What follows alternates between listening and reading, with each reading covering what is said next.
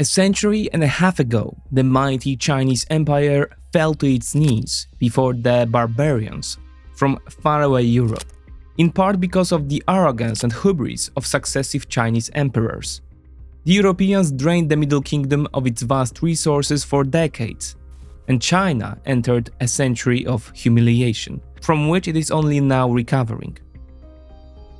After 150 years, however, the roles are reversed. It is China that stands at the gates of the old continent, and the European Green Deal has given it the chance to open them with a powerful kick. The Europeans have created their own green game, but it is the Chinese who are winning. How are they doing it? Welcome to the 20s Report.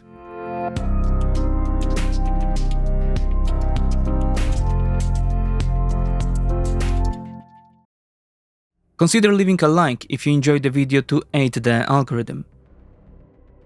Quote, China produces 80% of world's solar panels, compared with 2% in the United States, and makes about 2/3 of the world's electric vehicles, wind turbines and lithium-ion batteries, writes Christian Shepard in an article published in the Washington Post on March 29, 2024.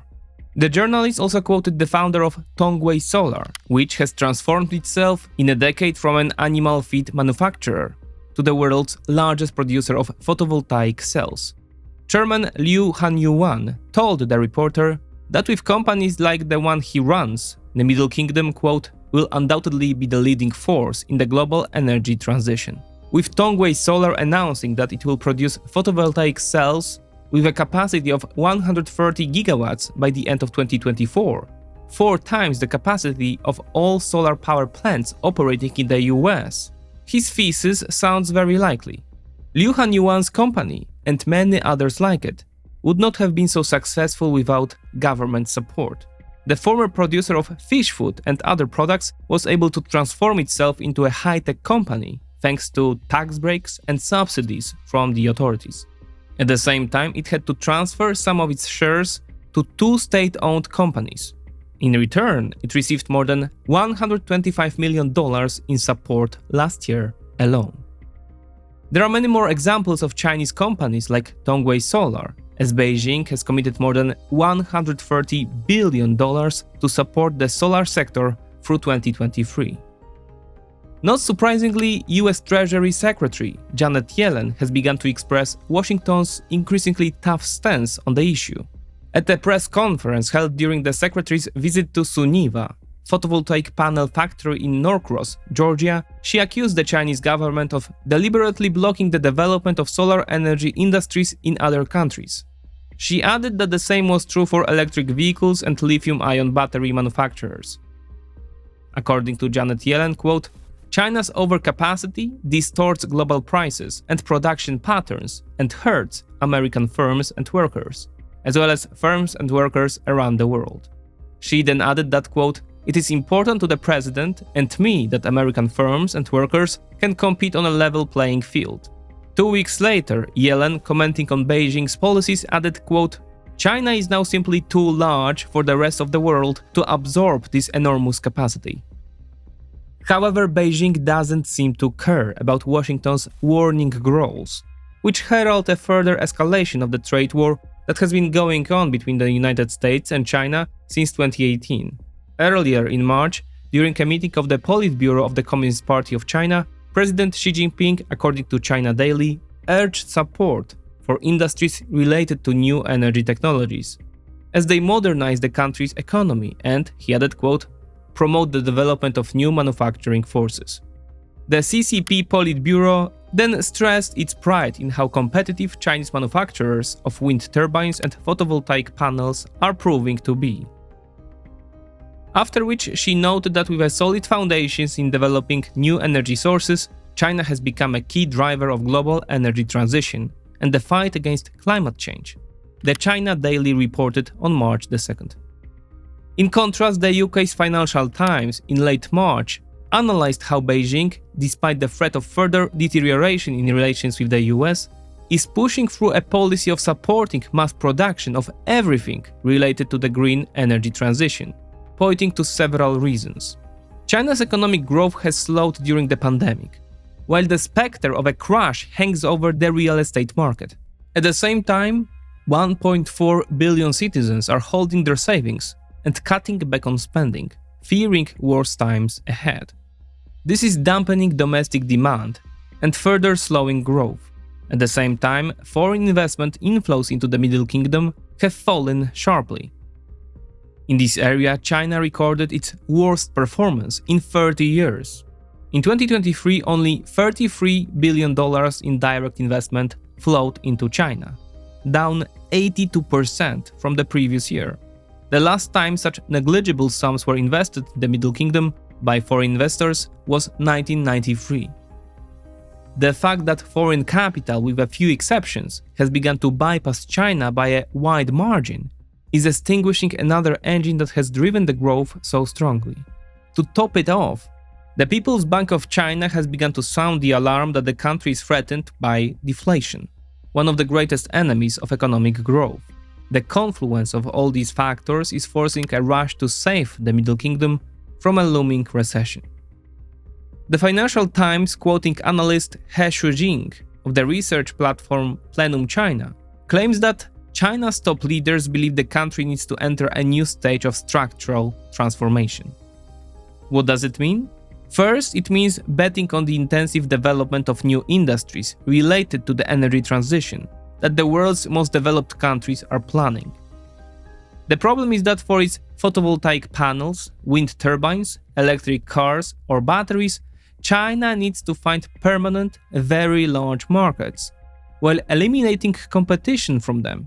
Meanwhile, the United States has already put up stiff resistance and begun to bite back. Not coincidentally, Janet Yellen made a trip to Norcross, Georgia. Suniva, which makes photovoltaic panels, was forced into bankruptcy by Chinese competition, but it was put back on its feet by money offered by the federal government to companies developing new technologies under the Inflation Reduction Act, passed in August 2022. It offers $369 billion in grants, loans, and tax credits to support the development of renewable energy and low-carbon technologies in the US. This, along with tariff barriers, could effectively stop the flow of Chinese high-tech industrial products into the US. Meanwhile, the success of Xi Jinping's economic strategy depends on the success of overseas expansion. For example, in 2023, China's photovoltaic panel companies will produce a total of 1,000 gigawatts, with domestic market demand of 280 to 320 gigawatts. This means that 2/3 of production must be exported. Otherwise, the whole industry is facing bankruptcy. And since the US market is rapidly closing and the rest of the world, with the exception of the Arab countries, does not suffer from a surplus of financial resources, one direction of expansion is obvious. If Beijing wants to maintain economic growth, it must economically conquer Europe. If there were to be an economic domination of the old continent by the Middle Kingdom, it would be a historical irony, considering that about 200 years ago the exact opposite process began, and it was Europe that set out to conquer China. Specifically, Great Britain opened the gates to its internal market with a strong kick, and another European powers followed suit. What happened next surprised even the initiators of the expansion, as no one expected such a spectacular success and its far-reaching consequences. At the beginning of the 19th century, China covered an area of about 10 million square kilometers, roughly the size of all of Europe, but was inhabited by more than 400 million people. At the time, the old continent was half of that, while economically it gave the impression of being a poor province compared to China. According to Agnes Madison, a British economist and historian specializing in economic issues, Chinese agriculture and handicrafts produced as much as 29% of the world's GDP at the time. For this reason, the largest publicly traded company in the Western world, the British East India Company, which wanted to establish trade relations with the Middle Kingdom, initially referred to its rulers with the respect they deserved. In 1793, in agreement with the British government, the company sent an elaborate envoy to Beijing, led by Lord George Macartney. More than 100 Englishmen, artists, politicians, merchants, presented the imperial court with the best of English culture and business.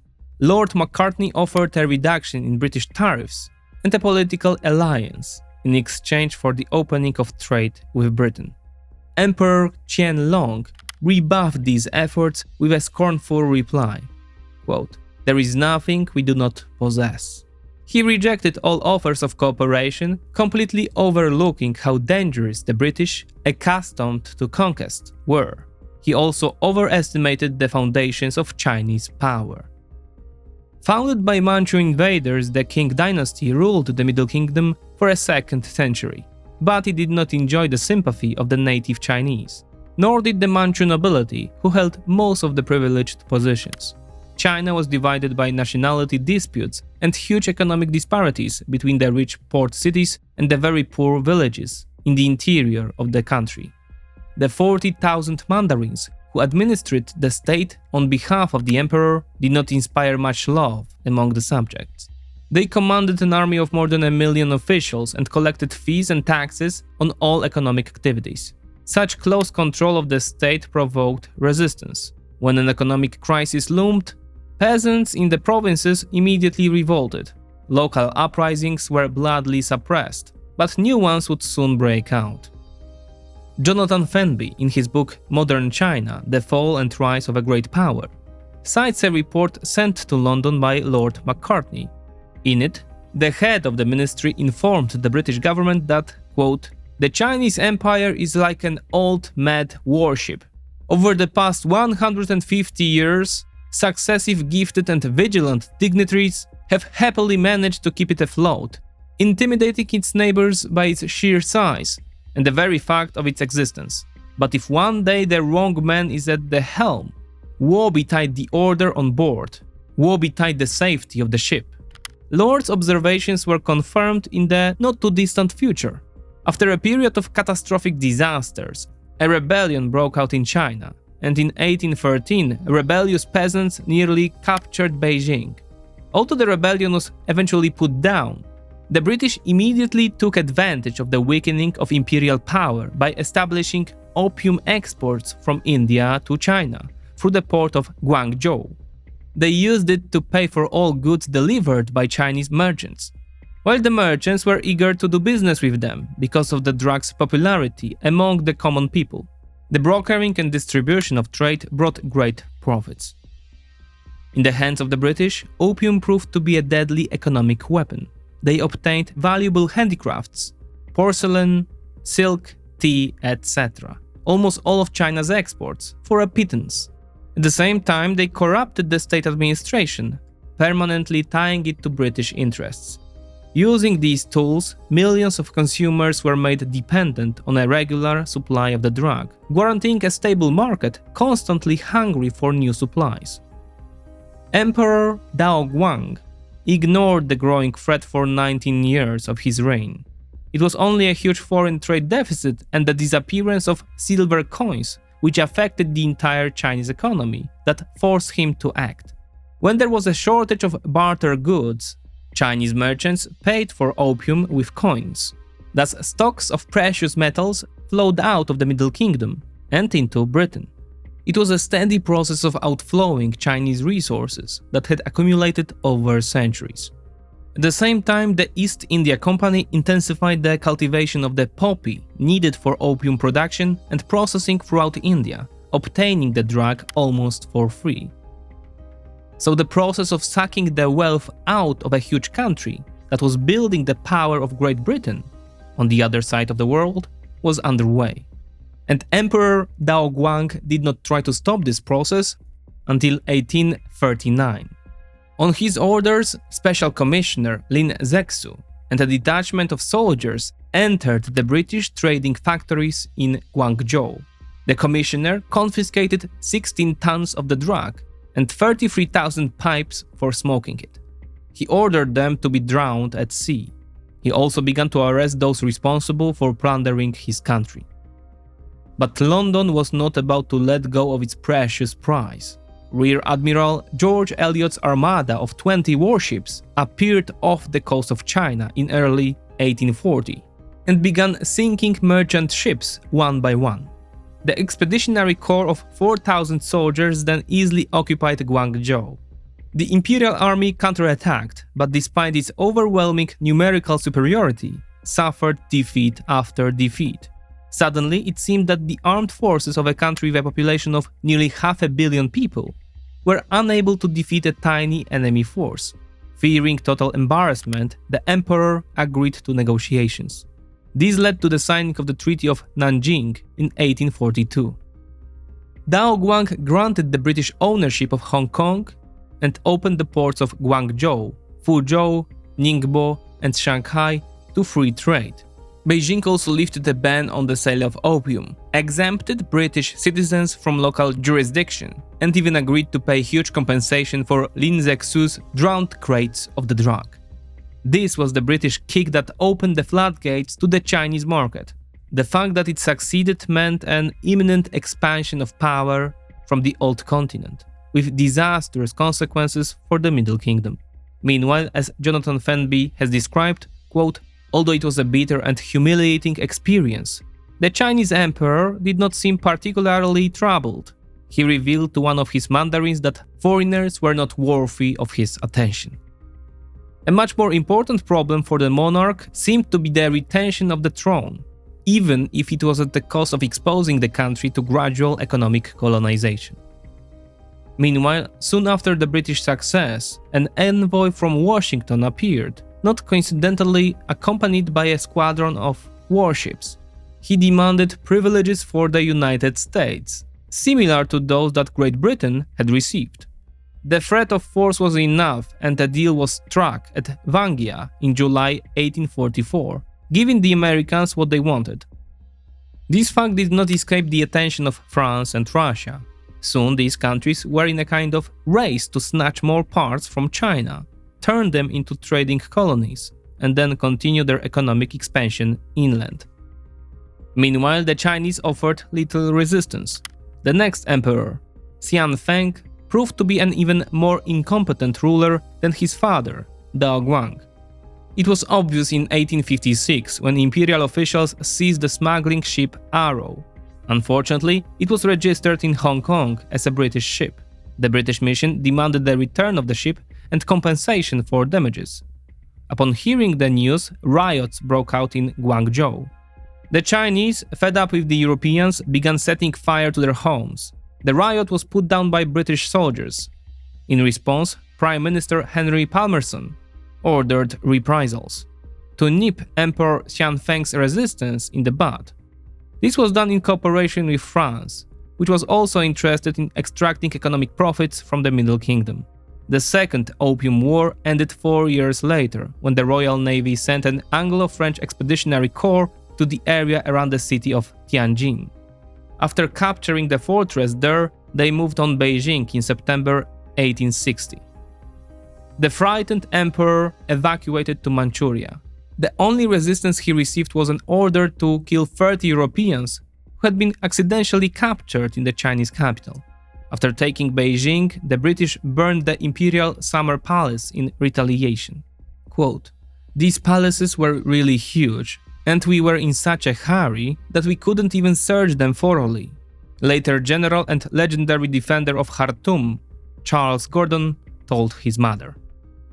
Only 60 years earlier, China had been the richest country in the world. After clashing with the fierce and flexible states of Europe, its internal weaknesses reduced it to the role of a colonized vassal. Step by step, it returned to the Europeans what it had the most precious.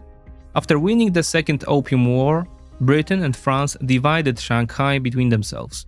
The British also took custody of the Yangtze estuary and the 1,800-kilometer Grand Canal, which connects the 5 great rivers to Beijing.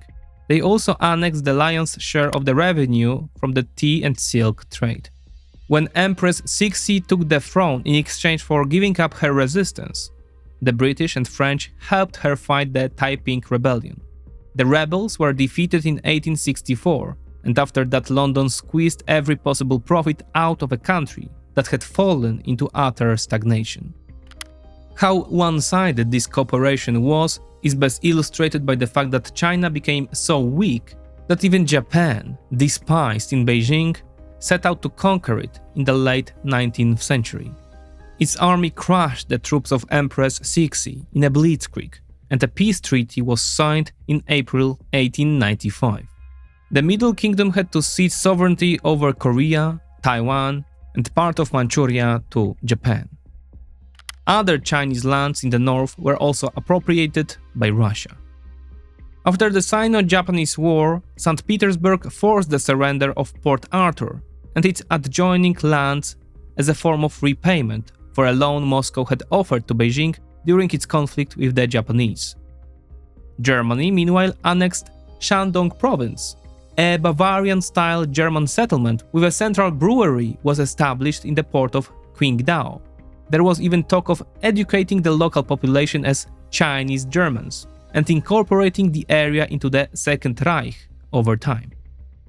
The invasion of China by all the world's major powers eventually led to an uprising called the Boxer Rebellion. It was sparked by the founders of the Society of Righteous and Harmonious Fists, which originated from ancient martial arts schools. Along with hundreds of thousands of Chinese, even Empress Cixi joined the uprising.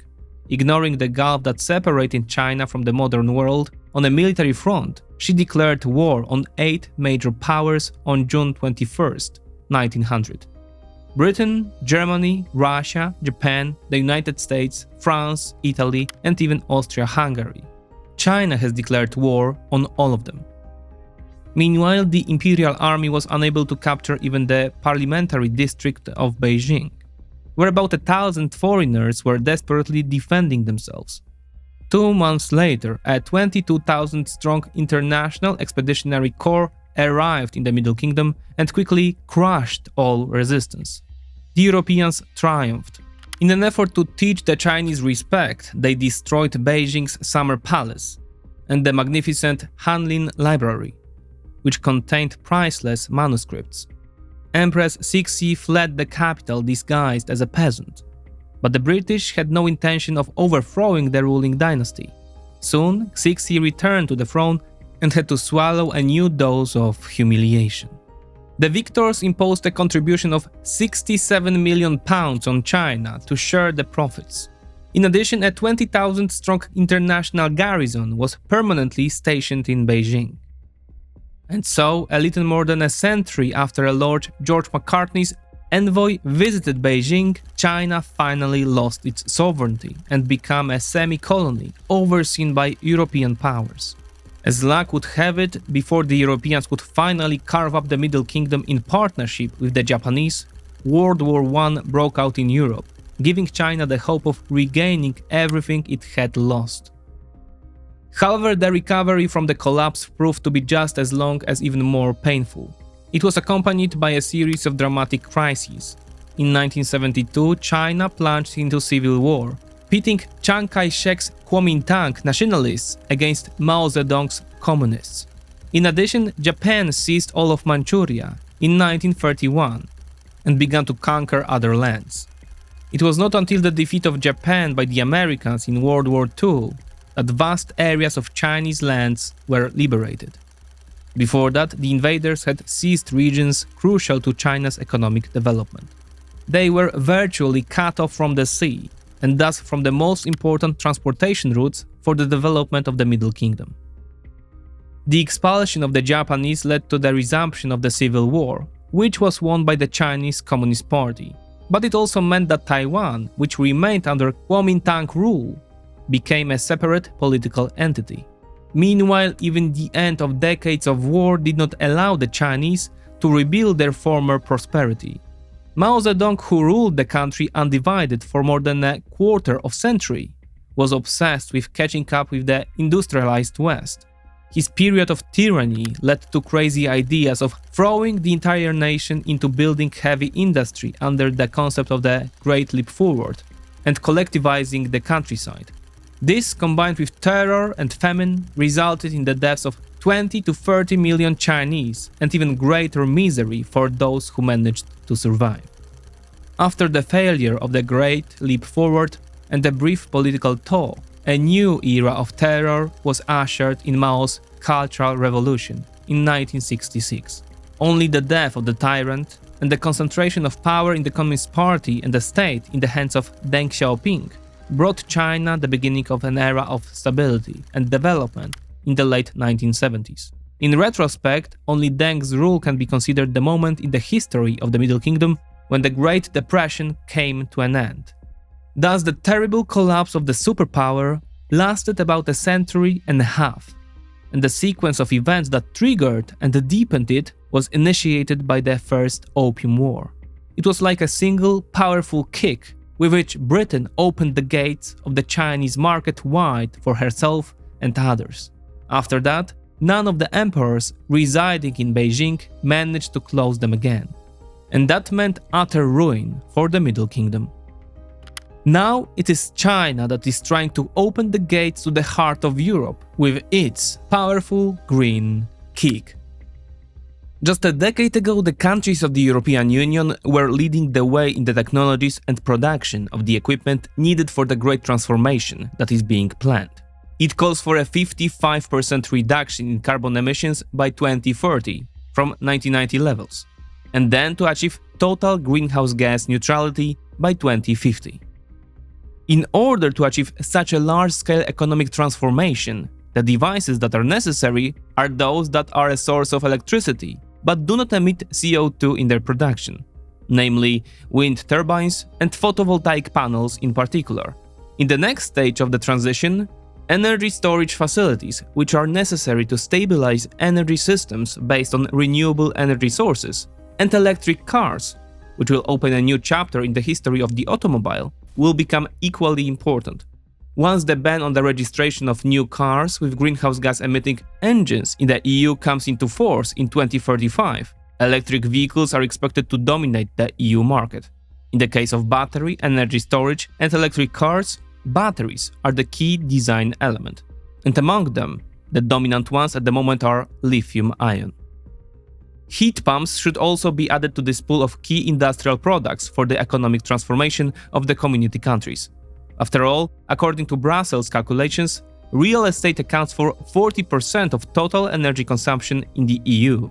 Plans include switching to heating with heat pumps and photovoltaic systems. This change will be accelerated by the Energy Performance of Building Directive, or EPBD, which requires all new buildings to be zero emission by 2040. And for those built before then, 2050 has been set as the deadline for achieving zero emissions. So there will be a massive shift in Europe away from gas stoves, not to mention those fueled by coal. In order to make key transformational products, you need access to a whole range of very specific raw materials, more on that in a moment, and high-tech components. So when you add it all up, you see a whole new industry that is worth a staggering amount of money and capable of generating equally staggering revenues. What those sums will be is yet to be estimated. The McKinsey Global Institute says in its January 2022 report that, quote, the transformation of the global economy needed to achieve net zero emissions by 2050 to be widespread and meaningful would require average annual spending on physical assets of $9.2 trillion, $3.5 trillion more than today. Now, returning to the Union itself, according to the European Commission's estimate presented to the European Parliament in November 2023, investment in the EU's energy sector alone will need to reach €396 billion per year by 2030 and over €500 billion per year in the following decades. But if other sectors are taken into account, the EU will need to invest more than €700 billion a year to meet its targets. For comparison's sake, let's take another look at what the current global spending is on industries related to energy sources that are considered non-emitting and the equipment needed for the transition. Well, from a report by the International Energy Agency, we can learn that in 2023 about $1.7 trillion will be invested in this field worldwide. This is about 40% more than in 2015. At the same time, the IEA predicts that this amount will double in 20 years. And thus, a whole new market has emerged in the last decade, with trillions of dollars up for grabs. Admittedly, it is still difficult to estimate exactly how much, But from the calculations that are being made, it is clear that more than a third of the projected sums to be spent will be in the pockets of EU residents. As noted here, just a decade ago, EU countries were leaders in the technologies and production of the equipment needed for the great energy transformation. And it was European manufacturers who were supposed to share these trillions. But this is not the case, because in this great race, initiated by the old continent, China has gained a huge advantage in recent years. And it is so great that it seems to herald the aforementioned powerful kick that will open the gates of European markets to the Middle Kingdom. Looking at how Beijing has prepared for Europe's planned energy transition, it is hard not to have great respect for the Chinese planners and the strategy they have adopted. The direction of change for the Union was finally set at the European Council Summit in December 12, 2008. At that time, the leaders of the EU countries agreed to adopt an energy and climate package. It mandated their countries to achieve by 2020 the 3x20 target, that is to reduce CO2 emissions by 20%, to increase energy efficiency by the same amount, while electricity from renewable energy sources should cover at least 20% of market demand. The European Commission was tasked with drafting directives outlining what changes needed to be made to achieve this strategic goal. At that time, Beijing was making a concerted effort to monopolize the world's rare earth resources. These are 17 hard-to-find elements, including neodymium, gadolinium, terbium, dysprosium, and erbium, which are essential to the construction of modern electric motors, batteries, photovoltaic panels, wind turbines, lasers, and more. As early as 1990s, their deposits attracted the interest of the Chinese authorities, who did their best to take control of the emerging market for new raw materials. It did so with ease, as the rest of the world missed the start of the race. Soon, Beijing controlled 90% of the world's rare earth exports. In an analysis entitled "The Strategic Importance of Rare Earth Metals," Daria Wiejeczka and Witold Wilczyński point out that, quote, "The monopoly position has allowed China to set prices, while export restrictions in 2009 to 2010 led to a multiple increase in rare earth prices. Only after 2010, the West realized that if China maintained its monopoly on strategic metals, it would ruthlessly exploit this fact and impose its terms on all countries embodying the green transition. So, in a panicked rush, the search for new deposits began. The effects of these efforts, although visible, did not break China's dominant position. In 2023, the Middle Kingdom still accounted for more than 68% of the world's rare earth mining, followed by the United States with 12% and Myanmar with 11%. Not a single European country was among the major producers. It was not until January 2024 that it was triumphantly announced that the Swedish mining company LKAB had discovered huge deposits of rare earth elements in Kiruna, located in the north of Sweden. If all goes well, their mining will go into full swing in just 10 years. The same is true for mines of lithium, which is indispensable during the energy transition. Its large deposits have been discovered in Czech Republic, Germany, France, Spain, Portugal, Serbia, and Ukraine. But at the moment, Portugal is the only EU member state mining and processing lithium. Everywhere else, preparations are only just being made to start exploiting the discovered deposits of the raw material. It is estimated that the first batch of ore, for example from the French deposits in the Massif Central, will hit the market in 2028. With a similarly punishing delay, it was not until the end of 2023 that the European Council and the European Parliament agreed on the adoption of the European Critical Raw Materials Act, CRMA. It is intended to accelerate efforts to make the EU self-sufficient in raw materials, so that by 2030, no more than 65% of the Union's annual demand for 17 strategic metals will be met by countries outside the Union. Meanwhile, the rest of the rare earths are to come from recycling and domestic mining. Beijing's dominance in the field of raw materials, crucial to the green transition alone, makes it clear that China's planners have long since made an excellent analysis of what EU countries and their companies will have to spend huge sums on. Their bad luck was that lithium deposits are quite widespread around the world, and the largest of those discovered are in Australia and Chile. However, Beijing has more than made up for this disadvantage in synthetic graphite production. By 2025, Chinese producers are expected to reach an annual production capacity of 4.6 million tons of this raw material, which will account for 92% of global demand.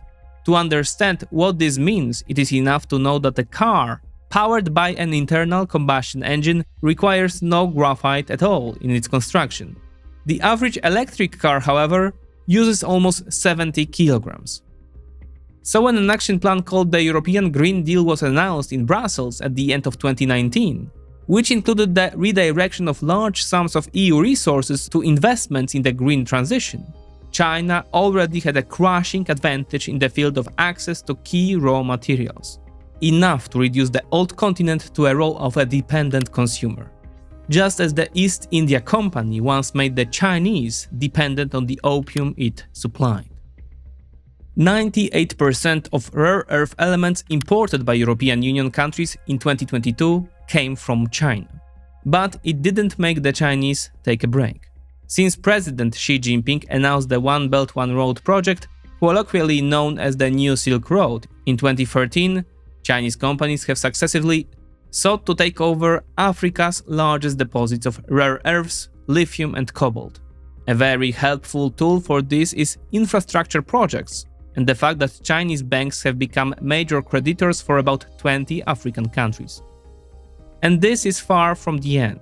In addition to building a rare earths monopoly, the Chinese are also on the quest for world domination in the field of lithium-ion battery production. Thanks to constant financial support from the state, CATL, BYD, and a number of smaller companies have been expanding their production and improving their products over the past decade. By the end of 2023, China's CATL had a global market share of nearly 37%, followed by China's BYD with 16%, and South Korea's LG Energy Solution with almost 14%. As in the race for strategic raw materials, the old continent and its companies are at the bottom of the heap, completely helpless against the competition from Asia. They have to come to terms with the fact that almost 60% of the world's production of batteries, which are used in electric and hybrid cars, as well as smartphones and laptops, has been taken over by the Chinese. And the bad news for Europe does not end there. In the market for photovoltaic panels, products made in China are much cheaper than those made in Europe. This is due to the price of electricity in China, an average 3 times cheaper than in the EU, access to rare earth metals, government subsidies, and technological sophistication. The Financial Times newspaper warned in September 11, 2023, quote, "Fierce competition from Chinese manufacturers for market share in Europe has caused the price of photovoltaic panels to fall by more than a quarter on average." End of quote. As a result, European manufacturers were on the verge of bankruptcy, followed by others. According to the FT, 2/3 of Europe's photovoltaic panel market has already been captured by companies from the Middle Kingdom. Meanwhile, solar energy is expected to become the largest source of electricity in the bloc by 2030. According to the Financial Times, the EU is in danger of, quote, "becoming as dependent on China as it was on Russian gas before Moscow's full-scale invasion of Ukraine." Shortly thereafter, another industry associated with Europe's green transition sounded the alarm.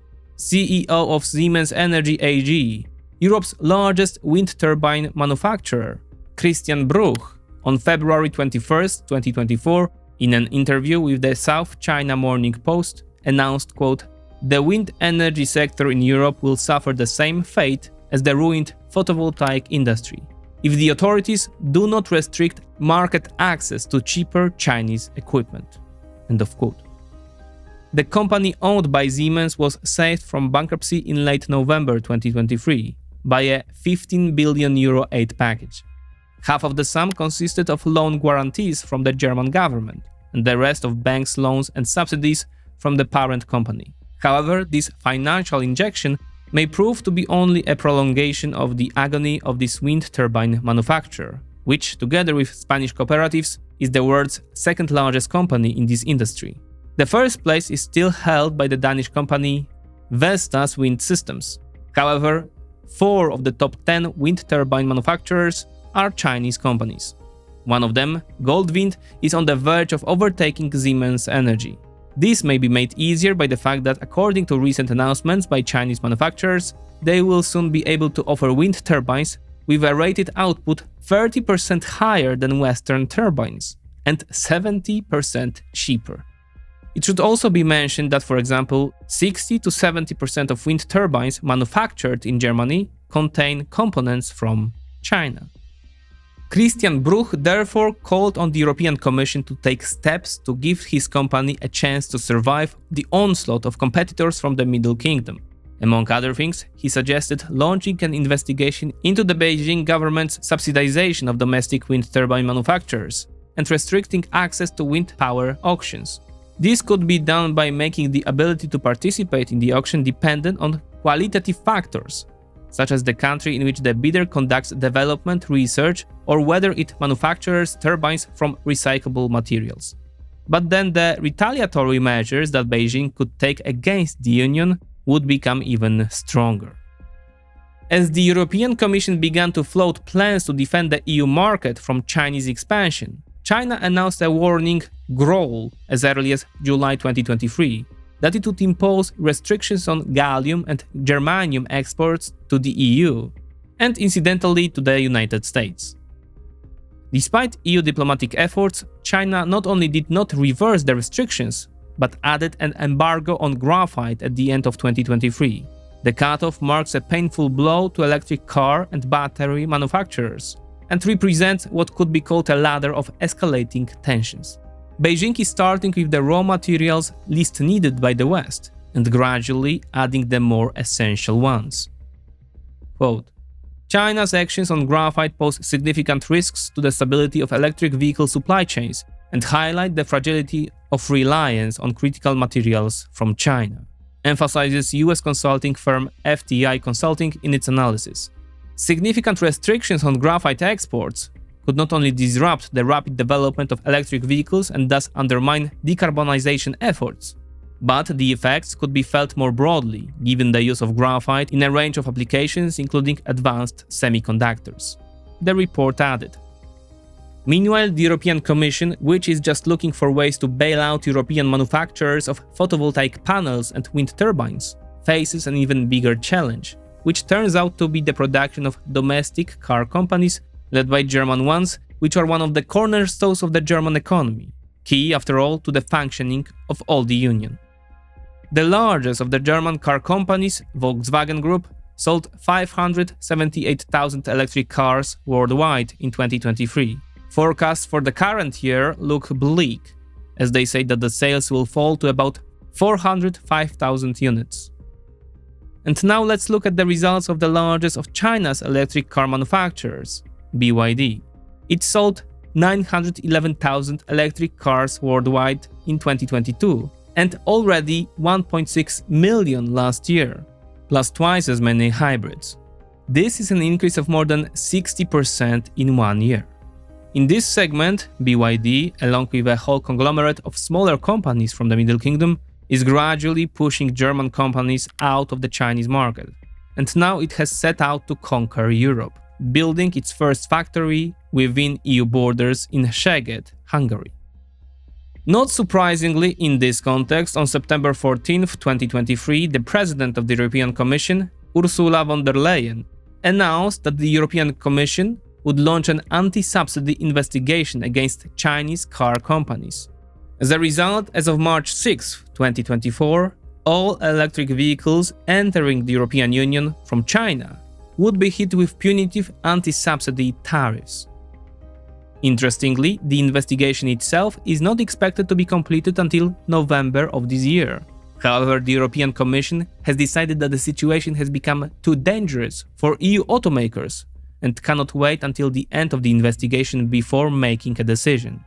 It also said that the evidence of the Chinese government's subsidization of domestic car companies is so strong that there is no point in further delaying punitive tariffs.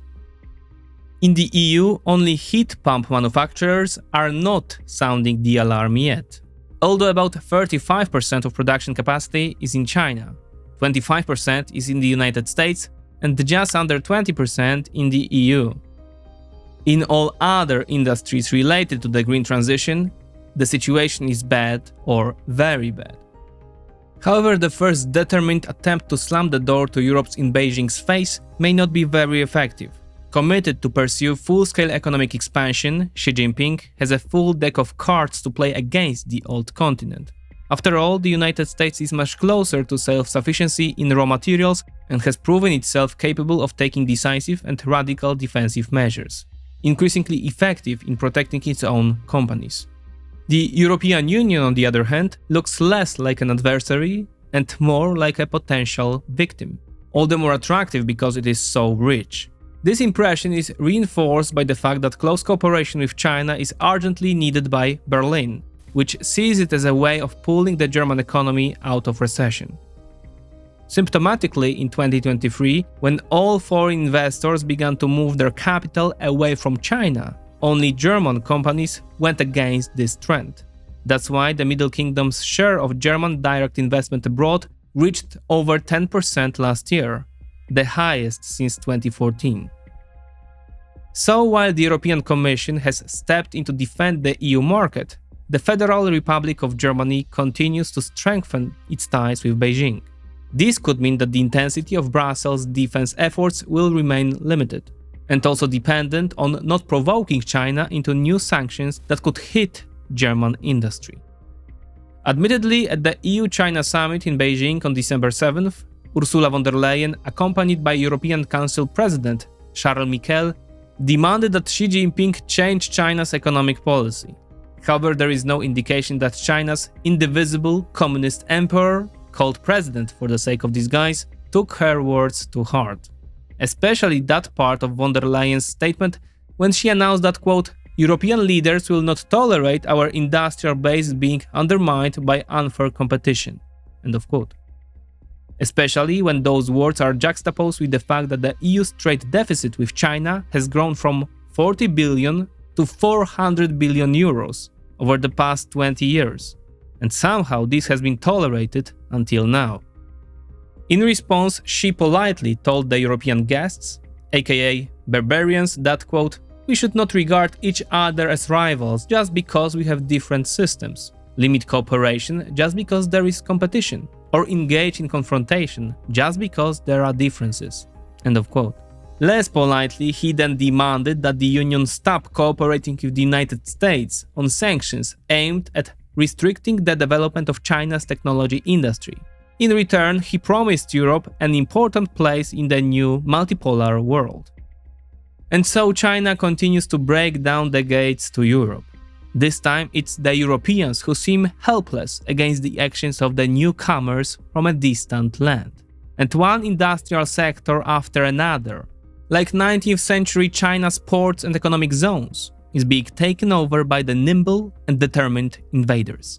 Meanwhile, the modern opium for European decision-makers has become something they so desperately want: green transformation products, on which the Chinese are eager to make them dependent.